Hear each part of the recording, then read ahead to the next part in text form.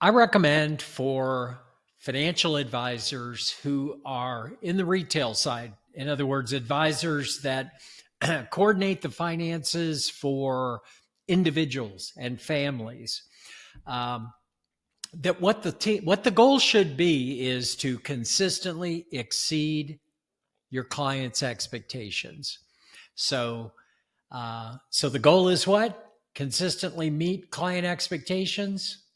No, to consistently exceed client expectations. And I actually have a lot of training on this. The point I wanted to get with on this video is the first question is, where do I start? So let's say you're a financial advisor. You've made a decision that you're going to offer comprehensive financial services to highly affluent clients. Okay, great. The goal is to consistently exceed the expectations of those affluent clients. Do you start just by knocking their socks off? What are we supposed to do that? Okay, there's quite a bit of training to this. It's a process, and I'm happy to share it all with you. But let me start with where you begin. You don't begin by knocking their socks off. You begin by fixing things that unintentionally annoy them. So I've done the work for you. I've gone through lots of research for affluent clients, and I've come up with a piece of content called 37 Easily Fixable Things That Annoy Affluent Clients. And, I'll put a link to it in the description below. There are 37 common financial advisor practices that successful affluent clients just absolutely hate, but they may never tell you that they hate it. So that's the problem. But what's happening is, because you're doing things that might annoy them, it's kind of like a bank account. So you hire someone in your professional life, an accountant, a lawyer, or something like that, a professional in your life, and you assume they have above average technical competence. So you give them a little slack. They do something that annoys you. Okay, they put it in the client's bank account. I can live with that. Okay, it's annoying, but I can live with that because they're above average technical competence. Then they do something else annoying, and then something else annoying. And before you know it, at some point, there is a line. There is a line over which you step where you've done a cumulative effect of enough things that irritate the client. Well, now all of a sudden they are open to talking to other professionals, and they may take their business elsewhere. So I recommend starting by assessing all the procedures that you've currently got in place with your clients. Now, when I say procedure, I mean process. Now, am I saying for you to review all your documented processes that affect clients? Yes, but I'm not expecting that all your processes right now at the moment are documented. Now, that is something that we do recommend. As a matter of fact, the best way to assure that you have a consistent process that knocks your client's socks off is to document every process that touches a client. But for right now, just make a list, because if there are things that you do routinely for your clients that are not documented, but you do things a certain way over and over, let's call that a process or a procedure at the moment. And just make a list of everything you can think of. It could be we send out a client meeting email confirmation. Okay. Or it's that, the day before a meeting, my assistant calls and leaves a voicemail on the client's mobile device, just reminding them of the date and time and location of the meeting and so forth. Those are all processes. So make a list of all that kind of thing. It could be reports that you and your office prepare for clients when they come into your office for a client progress meeting. You may have developed certain reports that you think the client loves, And so write down all of those reports. These are part of your process for serving clients. I'm saying literally anything that a client either touches or consumes, you need to put it on the list as a process so that you can assess it. And once you've got your list, then I want you to go consume this thing that I've created called the 37 easily fixable things that annoy affluent clients. Now, it's a recording. Literally what I did was I went through research.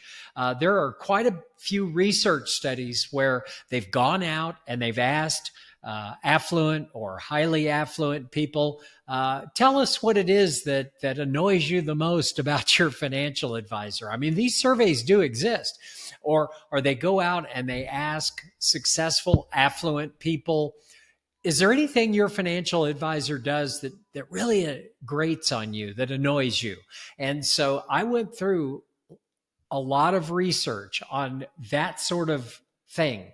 And I came up with what you're going to hear. It's going to be 37 common practices that financial advisors do that, lo and behold, the clients dislike. And so you can go listen to that, or I've got the link below, or you can download the transcript. So I've got you can either read it or listen to it. But what I want you to do as you're going through it, I want you to assess your current procedures and see if there's anything that you're doing that you could adjust slightly. And even if it's not something that the client dislikes, can you flip it and make it something that impresses the client? So the goal is not just a low bar. It's not that we're just trying to avoid doing things that irritate our clients. No, as you're going through this, things will start to occur to you. And I'm going to give you some ideas here in a minute of how to think of this, but you're going to get some ideas of ways that maybe it's some neutral procedure that you think, the client either appreciates it or they could care less, but it's the way you have done things. But you start to think of it in terms of what could I do to change our procedures to where the clients are actually impressed. And so that's the goal. Now, I did notice a few things that ran like golden threads through this research about things that annoy clients. And this is something that I figured out that this is something in the client's mind. It's a perspective that the client has that you probably know about or you've thought about it. But I'm asking you for this project to put it foremost in your mind. And here it is. So when a client hires a financial advisor, it may not be said out loud, but what the client is secretly hoping is that somehow, some way, you're going to make their life easier. They're thinking in their head, I don't know how, but in some magical way, I'm hoping that this advisor and the team are going to make things more convenient for me. So whatever I'm currently doing with my financial affairs, it's going to be easier or it's going to be more convenient because I've hired you. All right. So I want you to think about the fact that these clients of yours, they have things in life that they care about more than they care about you. And believe it or not, there are things in their life that they care about more than money. And it's a pretty short list. People tend, what is it for you? People tend to care about their family, their friends. People tend to care about their fitness and their health. They tend to care about their faith. So I think we can all agree, there are things in life that are more important than money. And what they're hoping is in this relationship with you, that of the hours that they invest each week devoted to those things that matter more to them than money, they're secretly hoping that whatever time they're spending on those important things, that because they've hired you, you're going to create time for them to do more of that. All right. So a relationship with an advisor like you is going to end up being one of two things. It's either going to create time for clients to go do other things that matter more to them, or it's going to take away from that time. And you want to create a reputation in every process, every procedure. Anytime you touch a client, and whether it's you or your assistant or anybody on your team interacting with your client, you want the reputation to be growing that, oh my gosh, you need to work with this advisor.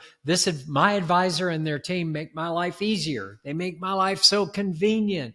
They create time for me to go do things that really matter the most to me in life. So I want you to go through your list of procedures with that in mind. And I'll give you an example of how this came to my attention in my own office. So I'll tell you candidly what I encountered when I did this same exercise I'm asking you to do. And this goes back a few years, but you'll catch on to what the project is when I go through this. So I met with an older client, and he asked me a question which made me want to go back and really assess all of our internal processes when it came to confirming meetings in my office. So here's the situation. This is a few years ago. We had just purchased a new online software service where clients could very easily drag files on their computer into a folder at our firm, and it would just magically transfer documents that we need from them over to our file. Simple and easy. You know, once they upload all this stuff to the cloud, they're done. I've got access to what I need. Now, to back it up a little bit, the way our office recommends that you do things is that when a client has some information in their head, or they've got some documents that only they possess and you need access in order to do your job, to either information or documents that the client has possession of, we create a little checklist for the client called items still needed. Okay? So we become aware of some information or documents we need. We create this checklist for the client called items still needed, and we give it to them at the meeting. Now, here's what happened that was unbeknownst to me. My team had put in place a process where 10 days before the client progress meeting, they would call up the client if they had not noticed that all the items that we had given them on the checklist had not yet been uploaded to our system. Okay, you follow me? So what they would do is call the client up and say, basically, hey, we noticed that you haven't had time to upload those documents that we had put on your items still needed checklist. And so let's cancel the meeting for next week and reschedule it. You know, how much time do you need in order to get that document and upload it to us? And so then they would kind of negotiate with the client, and they'd book the meeting 2 or 3 weeks further out. All right. How did I find out about this? This cute, elderly, old, retired guy is holding a statement in his hand, and he said, I just talked to your staff, and I wanted to see if I could just bring this by. Like, can I just give it to you right now? And I said, sure you can. And I took the statements, and I said, what made you think you couldn't? And he explained to me, well, your assistant called me a couple days ago, and we had to reschedule my meeting for next week with you. And all because these statements right here, I wasn't able to figure out how to upload them to your new system. Because that would have required what? I've got to scan them something? How do I even do that? And then I can upload them to you. Anyway, I just got the impression that it was not okay for me to just drop these off. And I said, well, of course it is. So I sit down with my staff, and this was what you might call a wake-up call for them. All right. So I said, first of all, you do realize, and this is to my staff, I said, you do realize that we work for the client. The client doesn't work for us. So we have been hired to make their life easier. We have been hired to make their life more convenient. So first, You don't tell clients they have to get us information or documents using some particular method. You work for them. So rather than calling up this old gentleman and saying, hey, we're canceling your meeting because you don't give us your papers properly. No, rather than cancel and reschedule the meeting, I think it's okay that you called him 10 days in advance. But why couldn't you just say, look, you're one of the best clients at our firm. If it would be easier, on my way home, could I drop by your house and just pick up that statement and then save you from having to do anything? Do you start to catch on? This is what clients are hoping for. Their life is easier because we are in their life. By you requiring them to use a system that, first of all, he didn't understand, and you just kept saying over and over to him, oh, it's easy, I can show you how to do it. Well, had it occurred to you that he doesn't want to have to learn how to scan documents and upload them to you? He just wants to get these things off his plate and give them to us to deal with for him. Okay? So don't tell clients how to get us anything. They can get us the documents any way they want. They want to drop them off, they can drop them off. They want to mail them to us. You offer to send them a self-addressed stamped envelope and they could just pop it in the mail and get it back to us that way if that's what they want. I mean, some of our clients are older, like, and yes, if they want to upload the files to us using this fancy new system that we've got, that's fine too. Whatever's easier for them. That's number one. Let me tell you number two. You don't ever call a client up 10 days before the meeting and cancel because they didn't finish your homework assignment for them. That's never going to happen. You just call them up, remind them of the items still needed checklist, go through it with them if they need you to, email it to them again if they ask for it. But in the end, just encourage them to come to the meeting with what they can. And so when they get here, I will assess whether, if for anything that's still missing off that list, is it because they were unwilling to give it to us, or is it because they were unable to figure out how to get it to us? I mean, has it occurred to you that maybe they've lost some of these things and you keep hammering them to upload them to the system, when what we should be doing is offering to write a letter to the institution on their behalf to replace the missing document and just have them sign the letter, and we'll even send the letter off for them. So our job is to make their life easier, make their life more convenient. Now, when you go through these 37 things, you'll get lots of ideas of how to make the client's life easier. But don't mistake and think it's things like I'm just describing. There are all kinds of issues among these 37 things. For example, things as simple as meeting frequency. So how often do you meet with clients? Well, if you can believe it, on the study that I was looking at, it showed up twice on the top 5 things that annoy clients most about their financial advisors. So the 2 things that showed up on the top 5 list is, I never know when I'm going to be meeting with my financial advisor next. It's a big complaint, valid complaint, I'd say.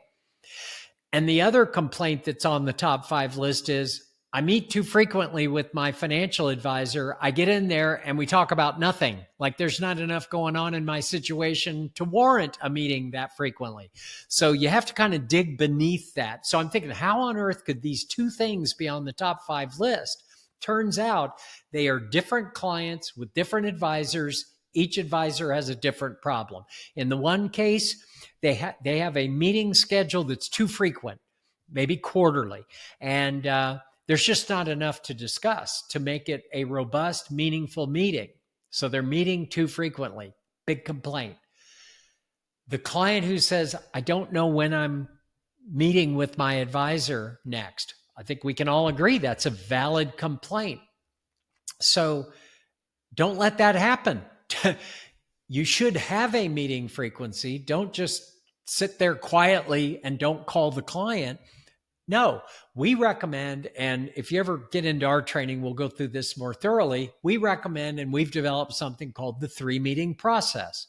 You're meeting with the client every 4 months, and you book all meetings for the next 12 months out 12 months at a time. So every client not only knows when they're meeting with you, but they know when they're meeting with you over the next year. They know that they've got 3 meetings on the schedule. And if they need more, they can call you. So the objective of the meeting should be, and this will tick off a few other complaints on the 37 things that annoy affluent clients, but you should have a robust meeting agenda. You should never call a meeting if there's nothing to talk about. The objective for every client progress meeting needs to be that both spouses leave the meeting with a smile on their face and they're saying to each other, man, that was a great meeting. I'm glad I didn't miss that meeting. I was needed in this meeting. My contribution was required, and this is both spouses saying this. So the idea of creating a more robust agenda often comes up, and when you go through the 37 things that annoy clients, we even teach in our program, and I'll just share this with you, that you should open every client progress meeting with a statement that sounds something like this. So I'm glad this time worked out for us to meet. And let me tell you the objective of today's meeting. The goal of the meeting today is for you, both of you, to walk out of this meeting with an overwhelming sense of confidence that you're making progress towards your goals. Now, talk about setting a high bar. Now, the question is, how do you create the agenda that will ensure that outcome? I'm just saying these are the things that you can fix. Things that if you're not having a robust agenda when you meet with clients, you can fix that. So I'm going to leave it there. I'm giving you some examples of what I'm talking about. I leave it up to you to go make the commitment to yourself that you're going to go through all your current processes and procedures and then go through my 37 easily fixable things that annoy affluent clients, and you're going to fix them. And if you can, you're going to flip it around to impress them. So where did you start with this project of consistently exceeding client expectations? Really easy. You started by identifying and eliminating everything that irritates them. How about that? And so I'm going to leave it there.